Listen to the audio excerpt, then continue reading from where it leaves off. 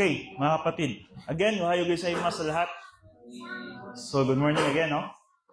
So, today, we will study the believer's spiritual orientation and confidence towards God's plan, will, and purpose for his life. Ito yung personal sense of destiny. This is number 6 of the problem-solving device. Okay, kung maalala niyo yung 10 problem-solving device, the number 1 is the rebound technique, feeling of the Holy Spirit, the faith drill, grace orientation, doctrinal orientation, and this is the number 6, the personal sense of destiny. So, it reveals the key of a personal sense of destiny. The scripture natin today is the Romans 8:28. Knowing that reality of God's predetermined plan gives the believer a sense of his own destiny, with genuine self-confidence from doctrinal knowledge in the soul. Nag-echo siya. So he eagerly submit to God's will and lives in the light of an eternally secure future. So the believer no longer relies on human abilities, talents, or status for self-esteem because his self-worth becomes inseparably united with Jesus Christ. Sabi nga sa Romans 8:30. So eyes on the goal, never looking backward. So he applies this understanding of God's plan to himself and his circumstances without being plagued by doubt of uncertainty. So ito yung personal sense of destiny, mga kapatid, assurance sa atin that marks that dividing line between spiritual childhood and spiritual adulthood. Okay, before that, basahin natin yung Hebrews chapter 4, verse 12. The word of God is alive and powerful, sharper than any two-edged sword.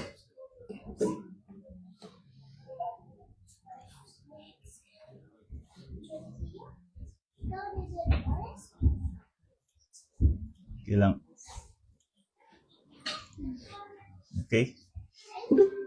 So, sa online, no, may problema konti. Okay na. So, 2 Timothy chapter 3, verse 16 to 17, all scriptures God-breathed and is profitable for doctrine, for reproof, for correction, for instruction in righteousness, that the man of God might be mature, thoroughly furnished unto all good works.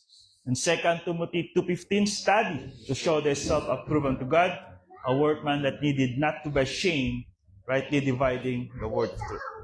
Okay, please open your Bible in Romans chapter 8, verse 28. And we know that in all things, God works for the good of those who love Him, who have been called according to His purpose. So, the word we know here is a perfective present tense active indicative of oidamen. This is a Greek word, oidamen. It means a settled knowledge resulting from past learning. So this is a doctrine that we had, and because of doctrine that we have now the sense of destiny. Meron na tayong anong mangyari in the future. Just like, for example, we have sensed the coming rapture. We have sensed the coming millennium. Because of that knowledge na meron tayo, yan yung hinihintay natin. That is what we are waiting for, right? Dati, wala tayong alam sa mga ganyang mga bagay. And because of that, we are lived by fear, by doubt, no, by anxiety. Ano yung mangyari sa akin after I die? But now, since we have now the doctrines, then we have lived by excitement na. Kasi nga, ang ganda, pag mangyari yung rapture, I will go to heaven, I will be with God forever. The eternal joy, nandun na. So yan yung we know. This is Apostle Paul talking to the Romans believer that you know this doctrine. You know this doctrine because it was it was taught by Apostle Paul. So these are the matured believers, most of the matured believers, because they have the word of God in their soul, they know this. And this gives us the sense of destiny, the personal sense of destiny. So the perfect present tense, kapatid, this is a fact of doctrine which has come to be in the past, which we understand the past, and is emphasized a present reality. So the active voice here is the mature believer produce the action of the verb. he knows that he has the hope through the knowledge and undeserved suffering. So this is our hope. Once we know the doctrine, for example, the doctrine of rapture, we have hope, right? That whatever happens in this world, politics, social, economy, we have hope that when God returns, all things work together for good. Okay? So that is the knowledge na meron tayo na wala sa unbeliever. Because the unbelievers, wala silang hope. They're living in a pseudo-reality. What is pseudo-reality? Fake reality. They're living in the chaos world. But us, yes, we are in this world, but we are not of this world. Okay? So, ito yung active voice. No? The indicative mode is a declarative. This is a statement, a dogmatic statement of doctrine belonging to mature believer only. So if you reach to the maturity level of spirituality, with this kind of information na meron ka sa soul mo, it gives us hope in your soul. No, kahit ikaw yung pinaka mahirap sa mundo, ikaw yung pinaka siguro loser person in this world, because of this doctrine na meron ka, it gives you a personal sense of destiny. This is a hope. Okay, just like what happened to Apostle Paul. No, kahit wala siyang walang support sa kanya sa mga kasama niya, it gives him hope that eventually when he continue to grow spiritually persistently and consistently, makuha niya yung rewards that God promised to him. Kaya nung bago siya namatay, for me to live is Christ and to die is gain. Okay? So yan mga kapatid, no? So all things. What is all things? This is from the Greek word panta. No? Panta, it includes blessing, trials, success, failures, suffering, and prosperity. So Apostle Paul does not say all things are good. He says God's work, all things together for good. So if you are suffering right now, if you are blessing right now, or blessed right now, you have prospered right now, in adversity right now, all things work together for good. Okay? So it doesn't mean that, Pastor, I'm in the suffering right now. That's good. That's good. If you are in pain right now, that's good. All things. Hindi lang yung mga gandang nangyari sa buhay. But even the worst things happen to your life, that is for good. Kaya nga sabi ni Apostle Paul sa 2 Corinthians chapter 12, di ba? When I am weak, then I am strong. Because doon mo makita yung provision ng Diyos. When we're in the stage of our weaknesses, nung walang-wala na tayo, doon mo makita yung provision ng Diyos. Pero nung meron tayo, we're not calling God. We're depending on our money, in ourselves, because meron tayo eh. Pero nung wala tayo, we have no choice but to call to God. And then, dyan natin makita yung provision ng Diyos. Kaya nga mas maganda sa isang believer na walang-wala siya kasi makita or matestify talaga niya yung provision ng Diyos. Kasi nung meron tayo, madalang tayong pupunta sa Diyos. Diba? Kaya yung mga rich persons, because of their money, they are so dependent on their money, rare sa kanya na magsimba. Rare sa kanila na mag-worship sa Diyos because they are so dependent on their money. Lahat ng problema nila, they think that the solution is their money. But for us, who have no money, we have no choice but to call God. Okay? So, works together. Okay? So, this is a present active indicative of Sony say, no? So, Sony lay.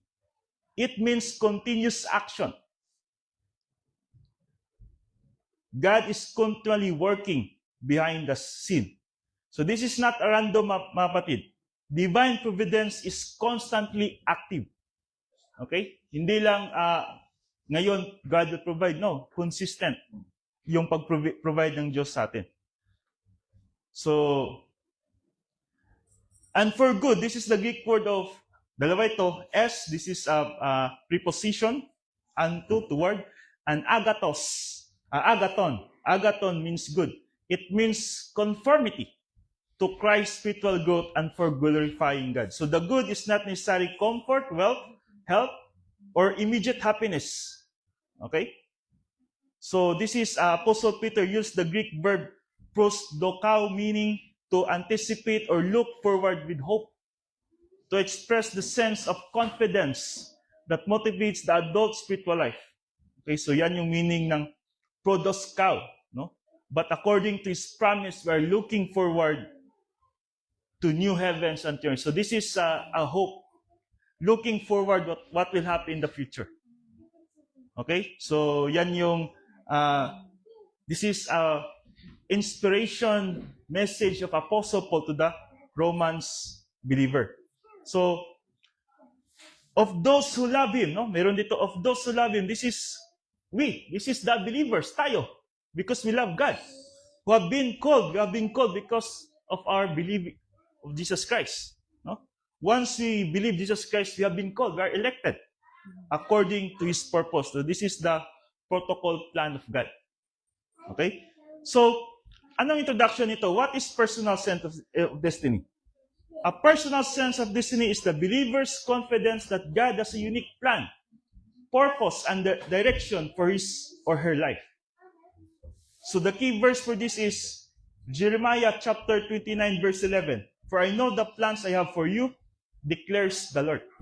So many people live without purpose, drifting from one situation to another. So this personal sense of destiny, mga kapatid, gives believer confidence that their lives have meaning in God's plan.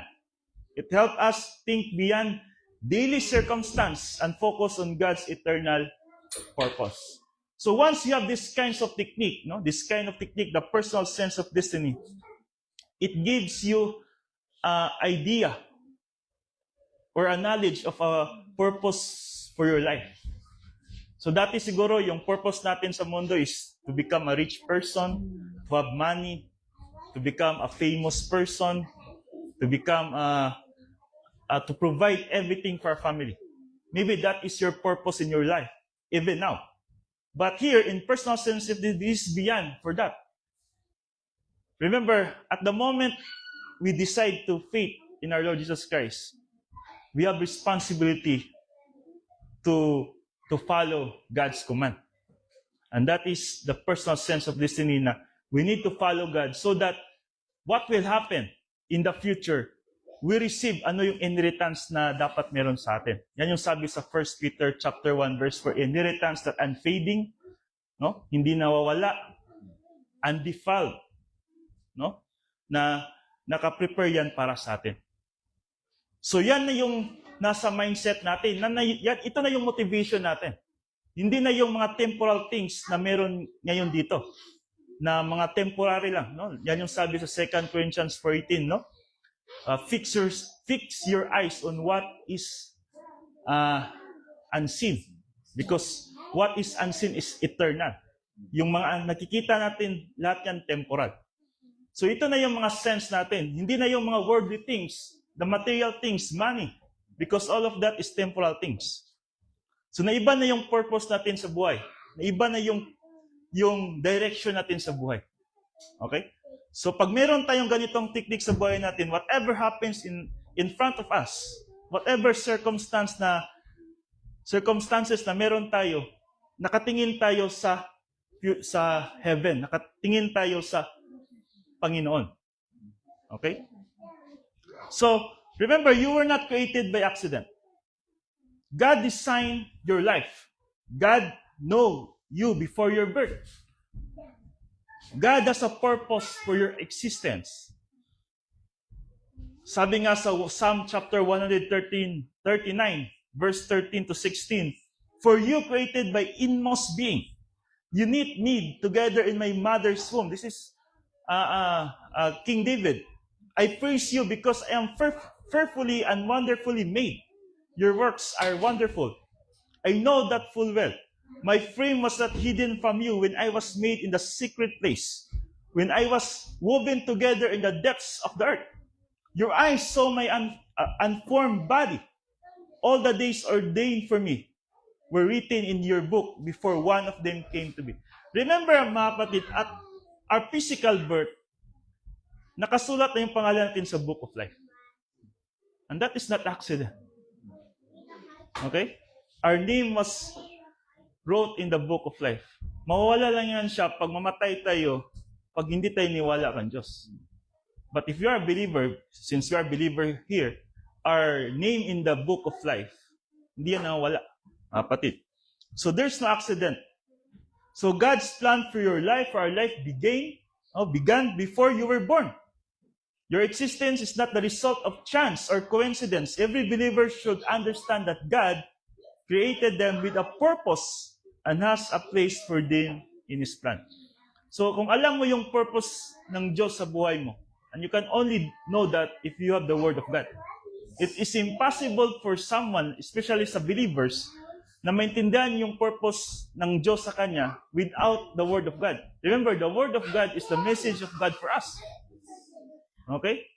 That is the important, mga kapatid, that we need to be consistent and persistent learning the Word of God. Without Word of God, we cannot understand kung ano yung plano ng Diyos sa buhay natin. Okay? So, God's plan is unique for every believer. Okay? Every one of us is unique.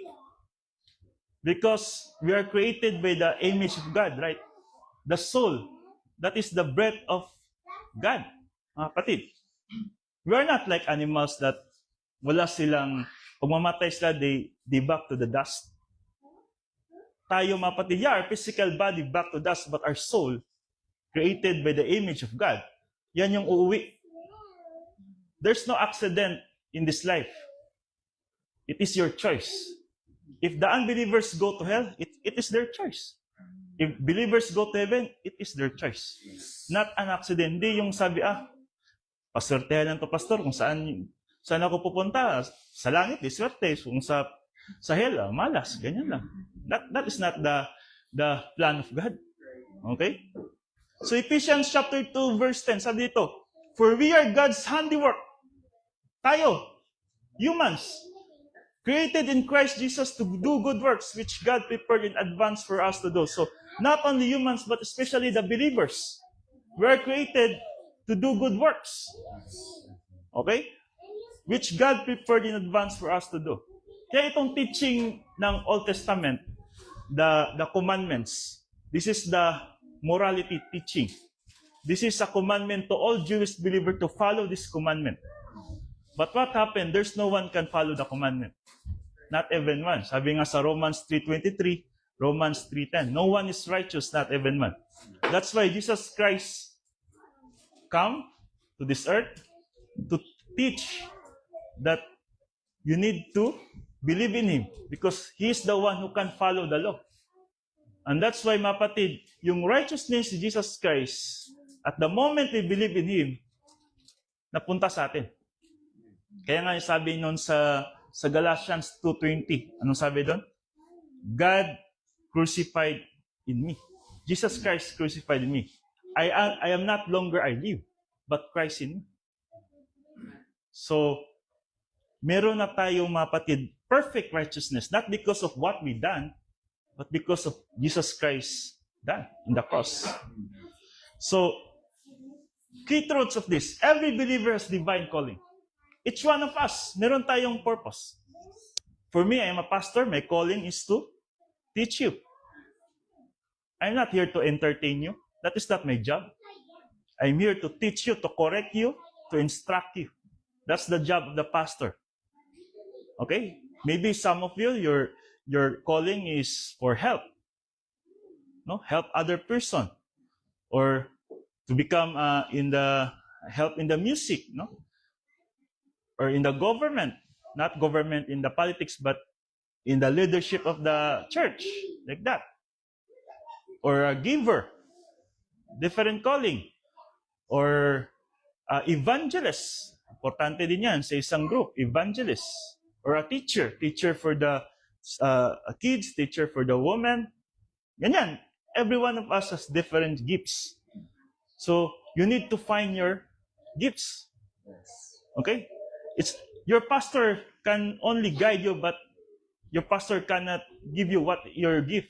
Only the Holy Spirit and you can know what is your gift, mga kapatid. So God prepared opportunities beforehand. Okay? Before the creation of this world, eternity past, nakaplano ng lahat ito. Okay?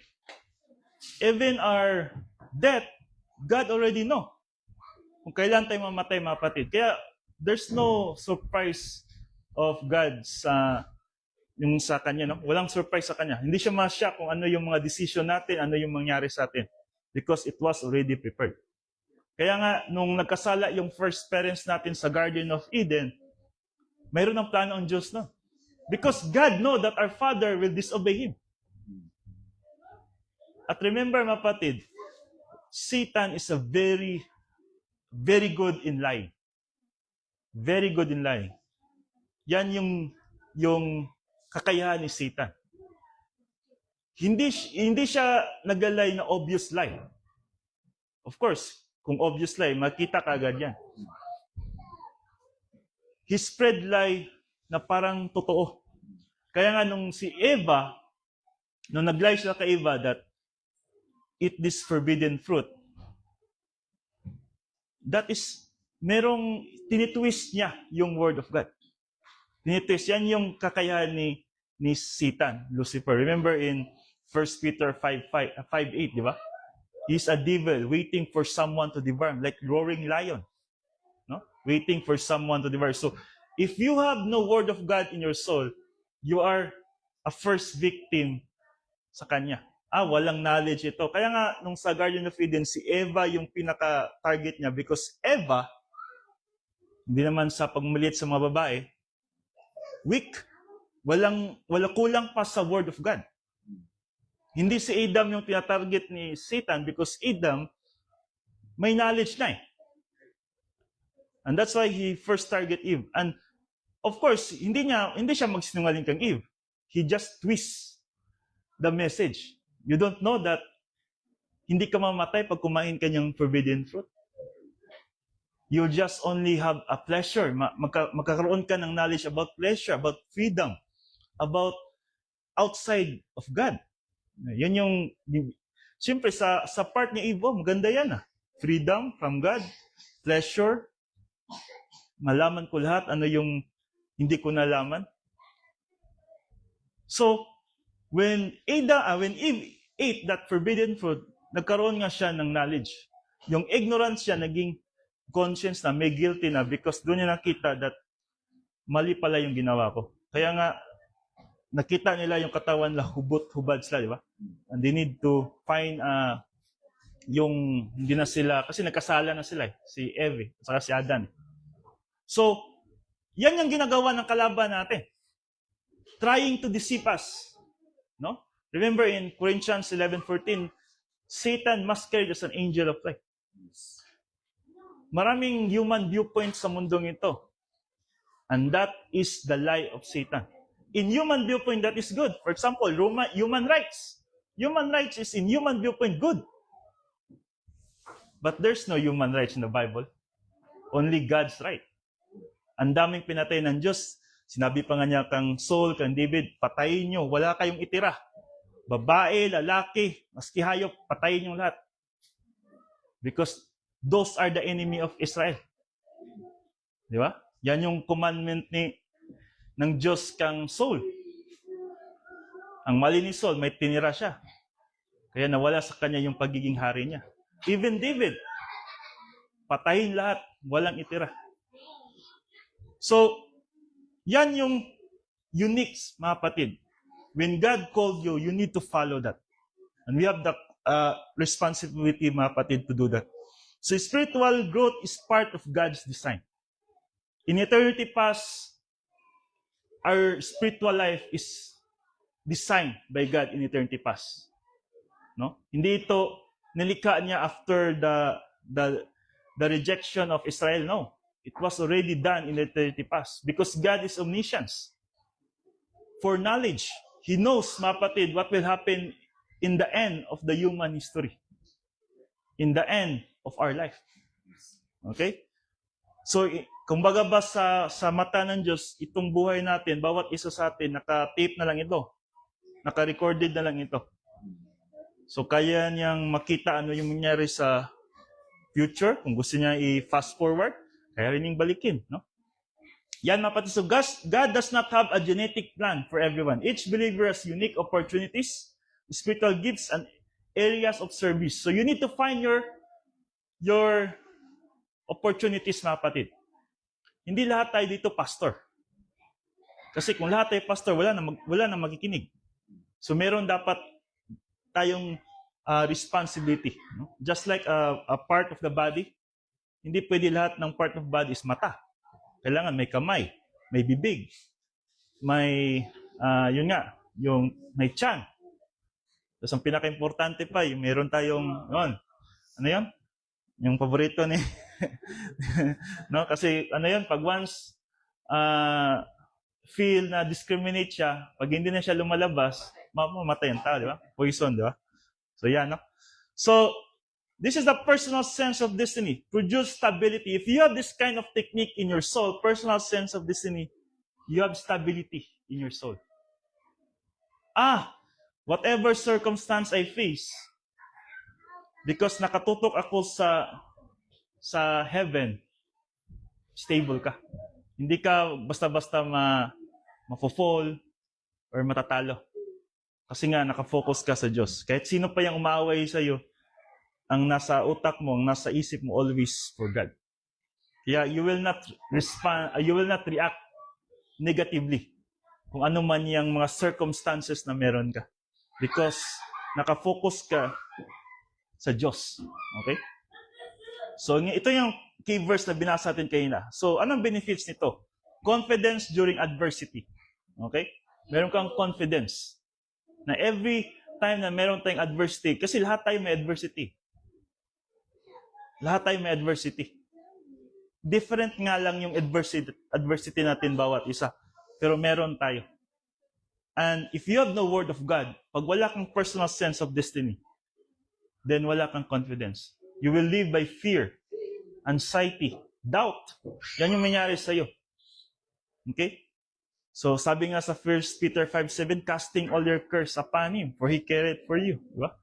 Pag mayroon kang ganyang word of God in your soul, it gives stability in your soul. Na kung may problema ka financially, may problema ka sa health mo, sa relationship mo sa other person, cast that sa Panginoon. No? From the Hebrew word batak, right? Itapon mo sa Kanya. So, stability during uncertainty. Okay? Sabi nga nila, ang pinaka-tinatakutan ng tao, yung hindi niya alam ang mangyari kinabukasan. No? Yan yung kinatakutan ng tao, na ano yung mangyari sa future. Kasi hindi natin malaman yung future, hindi natin hawak yung mangyari sa atin in the future, di ba? Yeah, we have plans, but we don't know kung mangyari ba yun. So yan yung most common fear of the person, na mangyayari ba yung mga plano niya, hindi. So, uncertainty.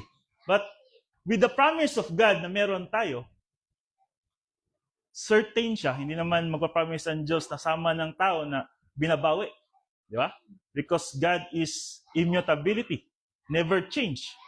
That is His character. So once God promised that to you, He will keep that promise. And it gives you certainty that all things work together for good. Courage during tests. No? If you have personal sense of destiny, it produces courage during tests. Okay? That meron kang mga tests, no? Remember, sabi nga sa James chapter 1 verse 2, consider it your joy, brothers and sisters, wherever you face trials of many kinds, no? Because you know that the testing of your faith produces perseverance. Okay? And also in verse 12, sabi nga sa verse 12 sa James chapter 1, blessed is the one who perseveres under trial, because having stood the test, he or she will receive the crown of life, mga kapatid, that the Lord has promised to those who love Him. So, when believers understand that God controls history, no? Walang surprise sa Diyos. Every history na nangyari sa mundo, God controls that.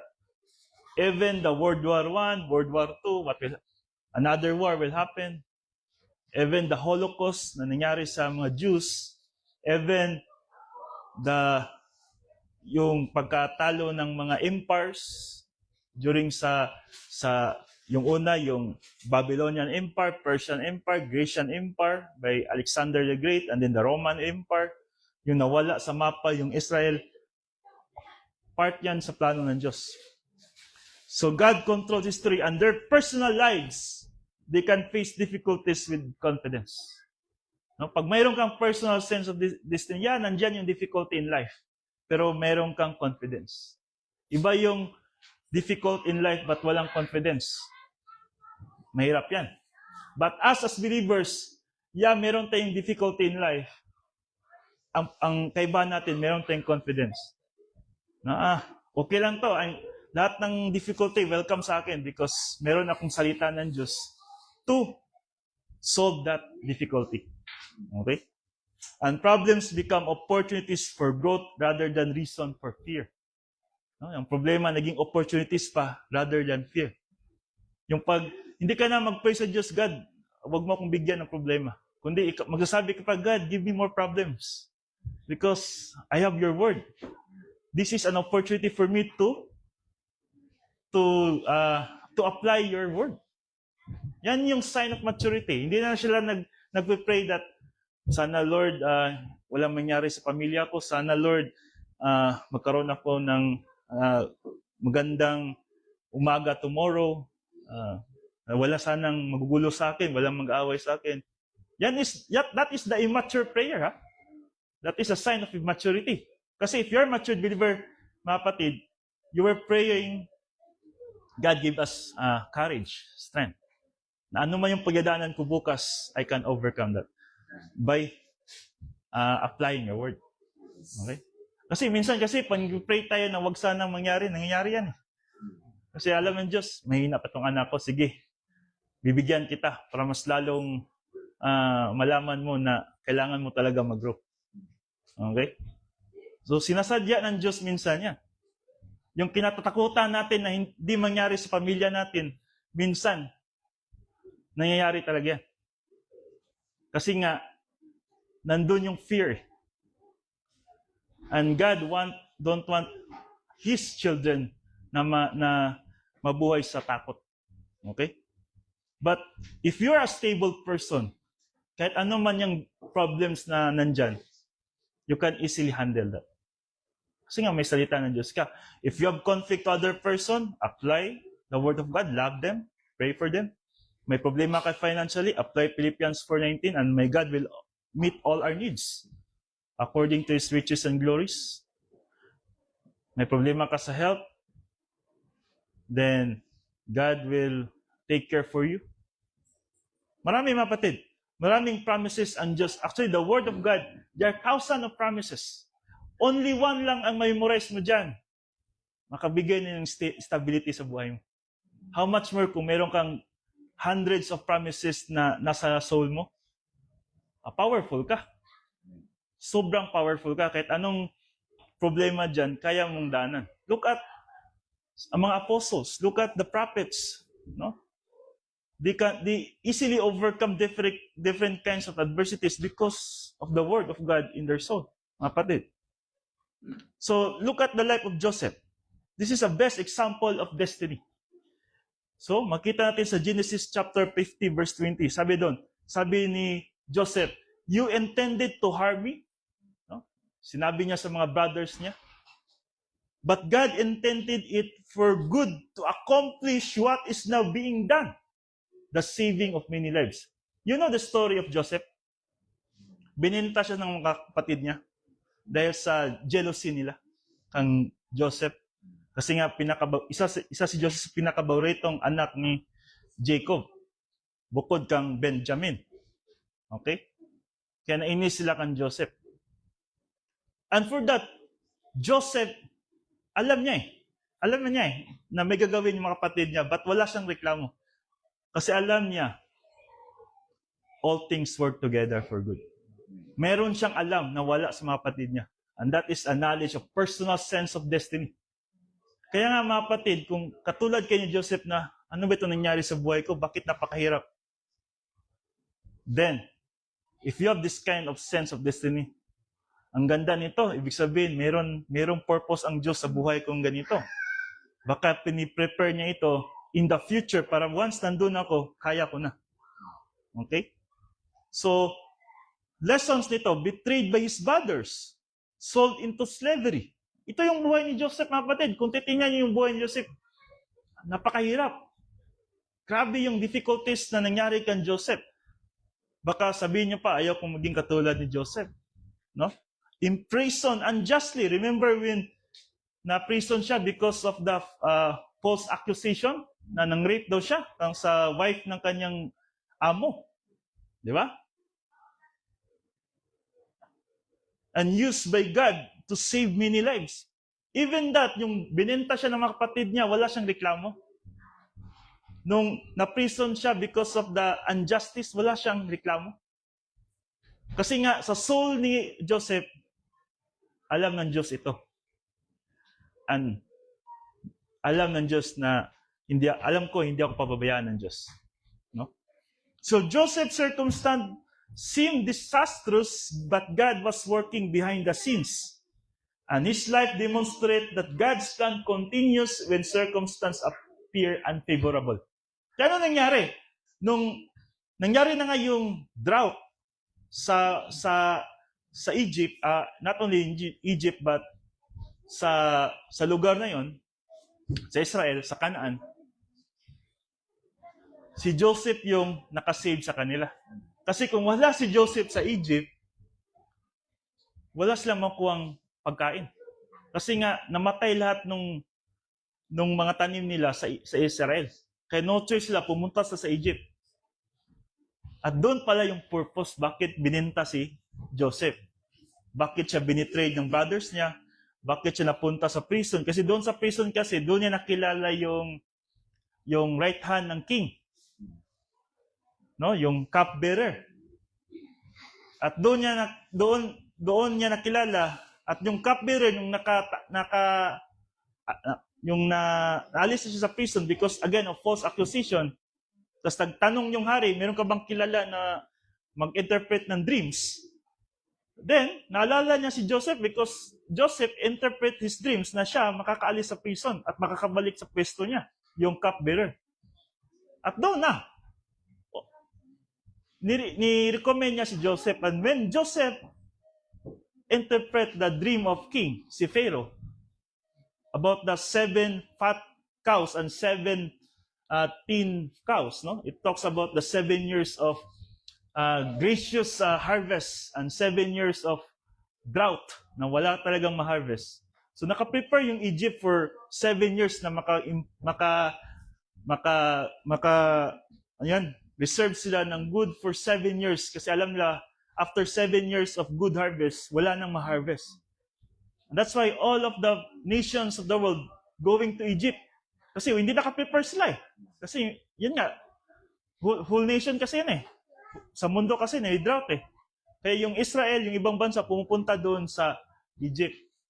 At hindi nila alam nung si Joseph naging right hand na, naging para siya na yung vice president ba, kumbaga, sa president. Siyempre, kilala yung mga kapatid niya. Di ba? Tutulungan niya talaga yan. At yun na yung nakita ni Joseph. All things work together for you. Yung mga na-experience ko nung bininta ko ng mga kapatid ko, na prison ako, ito pala. Nilagay pala ako dito. Kaya hindi accident mga kapatid, nandito tayo sa Japan. Yeah, at first mahirap, malayo sa family. But we don't know. May purpose pala bakit nandito sa Japan. And maybe this is a stepping stone sa atin na we need to grow more. No? And maybe we can be an impact to other person's life. Kasi I do believe that this nation is remember, this is the first rising sun, right? And maybe this is the last nation to share the gospel. Because based in the interpretations of the theologian, we are almost in the 6,000 years of history. At remember, God finished His labor in 6 days. At kung basahin natin yung 1 Peter 1:8, or hindi ako nagkamali, 1,000 days is a day, as a 1 day. and a day is like 1,000 years. And remember, in the seventh day, God rests. And that is the 1,000 years of kingdom. The millennium. The reign of Christ. So, hindi ako nagsabi na I'm prophesying na babalik ng Diyos. But there's a pattern. There's always a pattern, mga kapatid. And we are almost in the 6,000 years of human history. And the 1,000 years is the millennium of God. So perfect 7,000 years of the human history. And remember, 2030 is the 2,000 years of the death of our Lord Jesus Christ. 2030 or 2033, nandyan lang yan. Sa pagitan na yan. Okay? So not only Joseph, mga kapatid, Apostle Paul is also the best example in our time. Not only in the Old Testament, but also in the New Testament. Sabi nga sa Acts chapter 20, verse 24, sabi dito, however, sabi na Apostle Paul, I consider my life worth nothing to me. My only aim is to finish the race. And Apostle Paul finished the race. Sabi nga sa Timothy, I have kept the faith, no? I have followed the God's command to me, and I finished the race. And complete the task that the Lord Jesus has given me. The task of testifying to the good news of God's grace. Because remember, Apostle Paul, he is the one na binigyan ng responsibility ng Diyos to teach about grace. No? Kasi doon talaga natin naintindihan yung grace eh. Because of Apostle Paul. So, face persecution si Apostle Paul. Namatay siya sa Roma. Pinutulan siya ng ulo. And para sa kanya, that is a very excitement moment. Kasi nga, makapunta na siya sa kanyang Creator. For me to live is Christ and to die is gain. Endured suffering. Remember the life of Apostle Paul. Ang daming beses na shipwreck. No? Na nalunod yung mga barko na sinasakyan niya. Nakagat pa siya ng poisonous snake. No? Binabato pa siya ng mga different places. Okay? Nagutom siya. Minsan, nung malamig, wala siyang suot. Yan yung suffering ni Apostle Paul. But for him, all of that is worth, parang wala lang. Kasi nga, mas sa kanya, mas priority yung to serve God. Okay? Remain focused on God's mission. So yan talaga yung mission niya. Personal sense of destiny. Yung mission niya is always for God, not for himself. Wala na nga siyang time siguro maligo or siguro hindi na nga siya nakapag-asawa, hindi na nga siya nagkaroon ng anak. Because his focus is for God. Kapatid. So Paul understood his divine mission because he had a personal sense of destiny. He could endure hardship without losing focus. He measured success by faithfulness to God's plan. No? The true success, kapatid, is when you apply the Word of God. No? When you are faithful to God's plan. No? Ano yung plano ng Diyos sa atin? Tanungin niyo nga sa sarili niyo, what is the purpose of my life here on earth? I am here to have children. I am here to have wife. I am here to multiply the world. Yan lang ba yung ambag ko sa mundong ito? No. So anong kaibahan mo sa hayop kung ganyan? Ang hayop, ganyan ginagawa. To multiply their own kind. Okay? So meron tayong mission. That's why we have soul. Iba tayo sa hayop kasi hayop walang soul. They live in their instinct. But we have our soul. Different from animals. Kaya may freedom tayo to choose, right? Simba ba ko ngayon? May ulan. Ayaw na lang. May bagyo. Huwag na lang.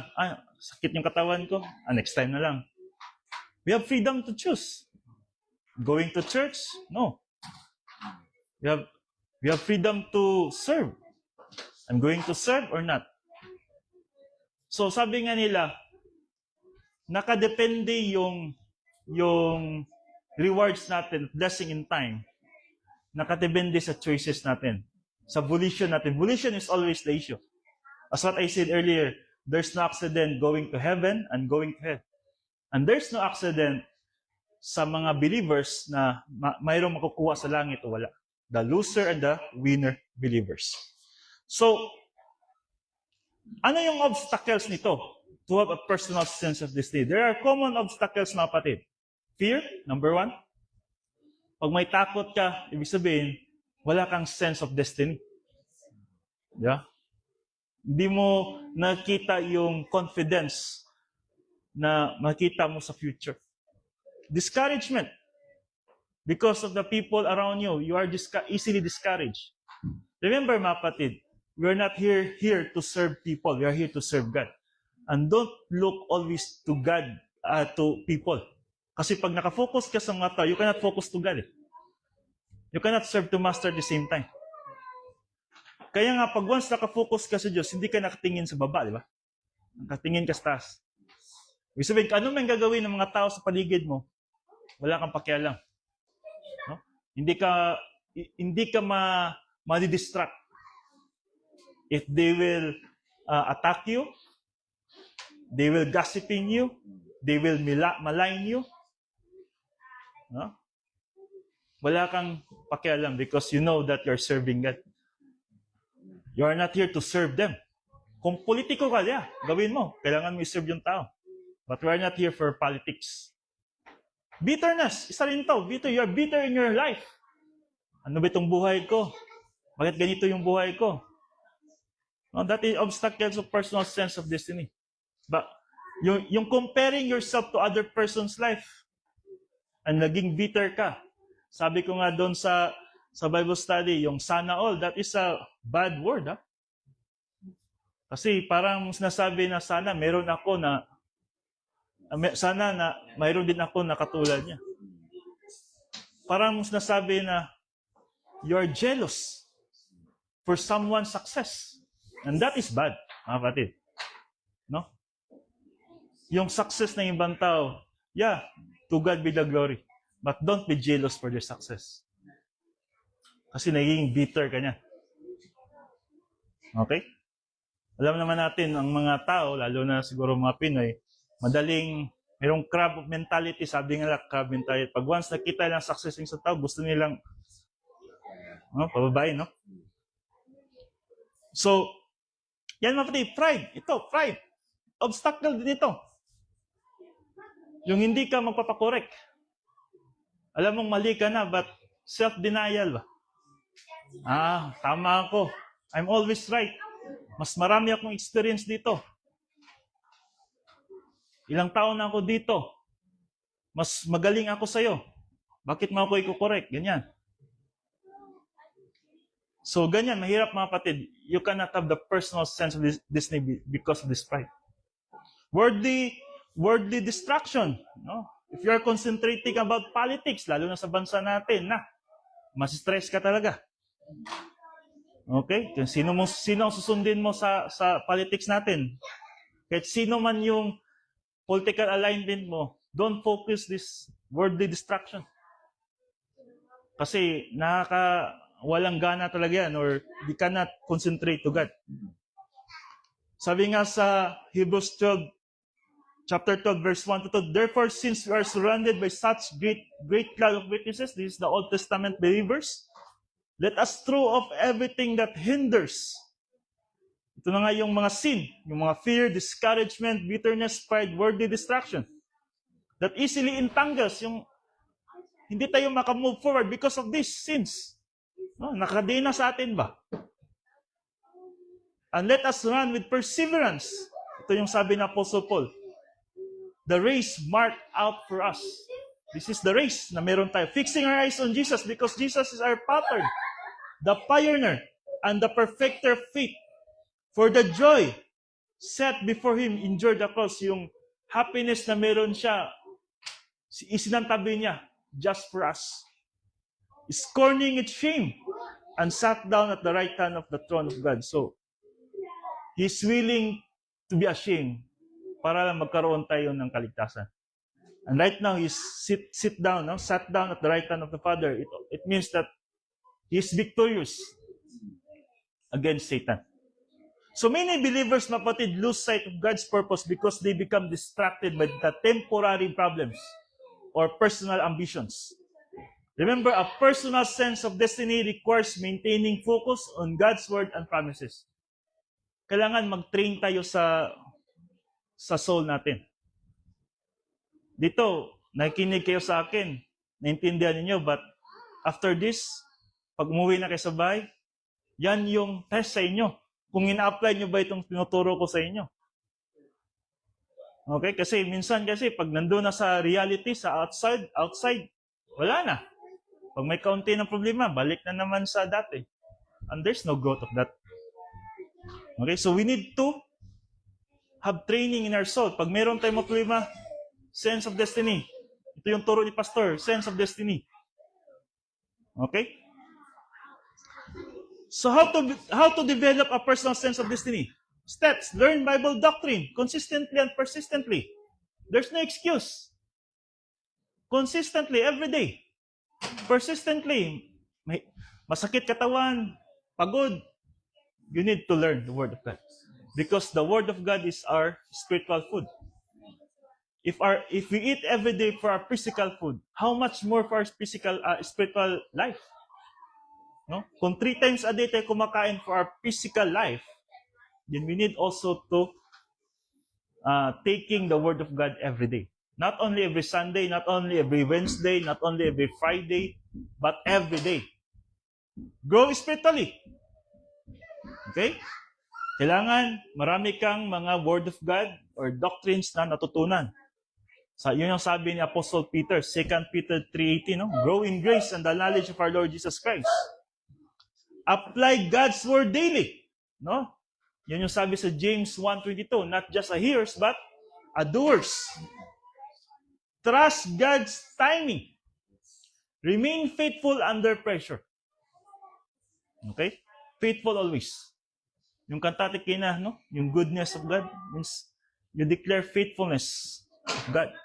Kapatid. So a personal sense of destiny develops through spiritual growth. As believers learn and apply doctrine, they gain confidence in God's guidance and direction.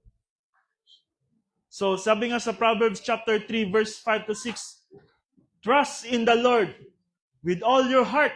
No? Heart natin is intellectual heart. And lean not on your own understanding, human viewpoint.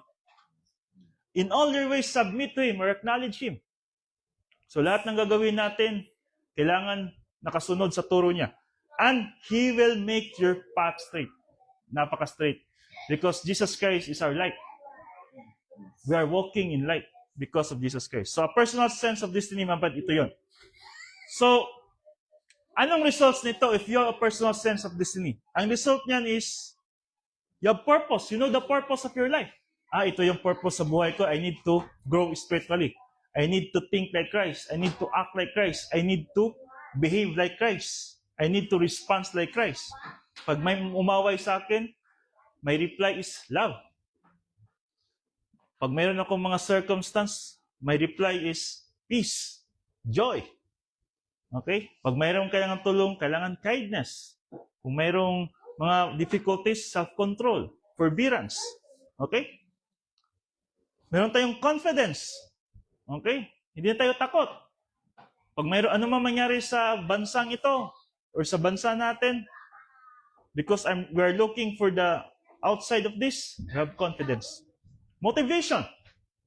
Right motivation, not wrong motivation.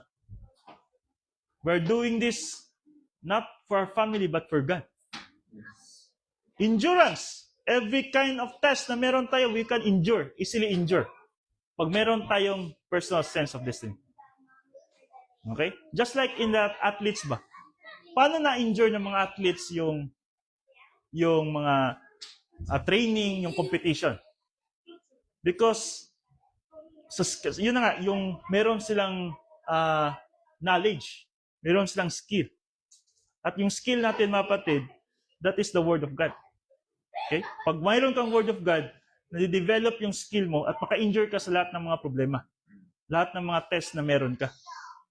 Okay? Spiritual maturity. No? Of course, if you have personal sense of destiny, it will result of spiritual maturity. This is our goal. To live in a higher ground. So sabi nga sa Philippians 1:6, being confident of this, that he who began a good work in you will carry it on to completion until the day of Christ Jesus. So, believers with a personal sense of destiny are not easily discouraged. They know God is accomplishing His work in their lives and will complete what He has begun. Remember, mga kapatid, in 1 Corinthians chapter 10, verse 13, no temptation has overtaken to you except what is common to mankind. And God is faithful. He will not let you tempted beyond what you can bear. Hindi magbibigay ng test ang Diyos na hindi mo kaya. Ibig sabihin, pag binigyan ka ng test ngayon, ng problema, God knows that you can overcome that. Kaya nauna yung fear, nauna yung worry. No? Kaya always apply the Word of God. Huwag yung automatic na apply natin ba na yung human viewpoint. Kailangan you need to pause and think, ano ba yung sinasabi ng salita ng Diyos with this kind of problem. And then, yun na, makibigay na silang confident yan. So anong conclusion ng topic natin today? A personal sense of destiny means knowing God has a plan for your life. Knowing God has a plan for your life. There always plan for us, mga kapatid. Hindi ito yung accident. Hindi ito yung parang nabuhay lang tayo dito na walang patutunguhan. Trusting His guidance and timing. Like Apostle Paul and Joseph. Always trusting guidance and timing. Yeah, ngayon siguro, naghihirap tayo financially, may problema tayo sa health, but always trust His guidance and timing. Remain faithful through adversity. Ito yung pinaka-importante. When you are in adversity, remain faithful. Ibig sabihin, you need to apply the Word of God. And living for His purpose rather than personal ambition. Meron tayong mga ambition. But don't priority your ambition. Kasi yan yung naka-distract sa atin. Live your life to the purpose of God. Not for the purpose of your own self. Yeah, meron tayong mga plano sa pamilya natin, for our children, for our wife, for our husband, for our parents. But don't be so focused on that. Diba? Remember the principle, seek ye first the kingdom of God, and all these things shall be added unto you. So if you are in the right plan of God, kung ano man yung mga desire mo, ibibigay lang din yan. Pero if you are in the wrong priorities, how can God give you your desire?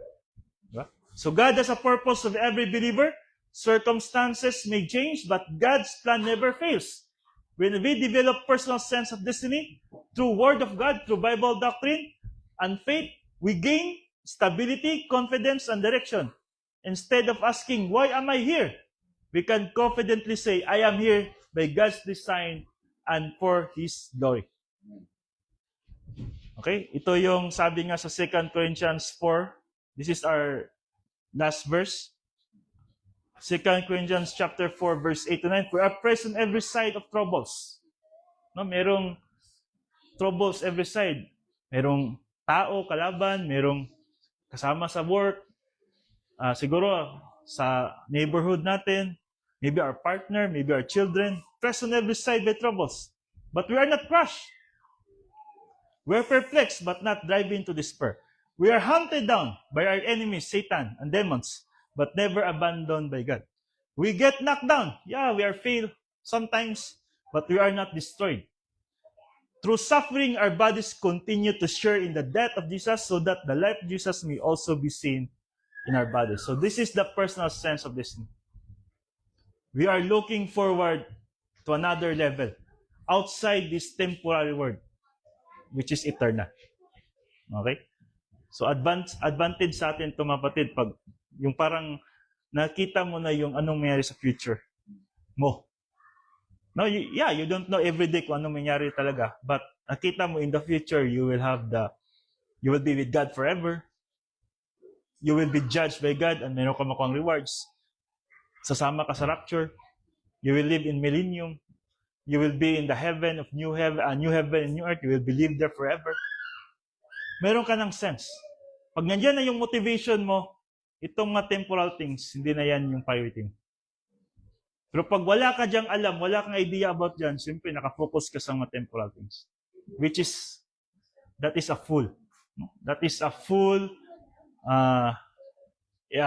mentality. Okay, so thank you mga kapatid sa inyong time. I hope na itong topic natin nakapagbigay sa atin ng more knowledge, no? More application. Kasi importante talaga mga kapatid, no? Hindi lang natin ito pinakinggan, dapat i-apply natin. Useless lang ito pag walang application. So always have sense of destiny. Huwag kayong mag-focus sa mga bagay-bagay nandito. Focus kayo outside this world, okay? Yes, Father God. When we all get to heaven, what a day of rejoicing that will be. Father God, this is the personal sense of this thing. When we reach that heaven, we receive the rewards. We are with you forever. Father God, as we discuss today this technique, I hope and I pray that every one of us will apply this technique. Whatever circumstance we face, if we have this kind of technique, the personal sense of listening, we are confident because we are looking to the eternal things, Father God. Father God, thank you for this group. Thank you for their support, for their humility, for their teachability, for their positive volition, Father God. I hope and I pray bawat isa nandito, yung naintindihan na yung salita ng Diyos, ma-apply nila sa kanilang buhay, Father God, lalo na sa mundong ito.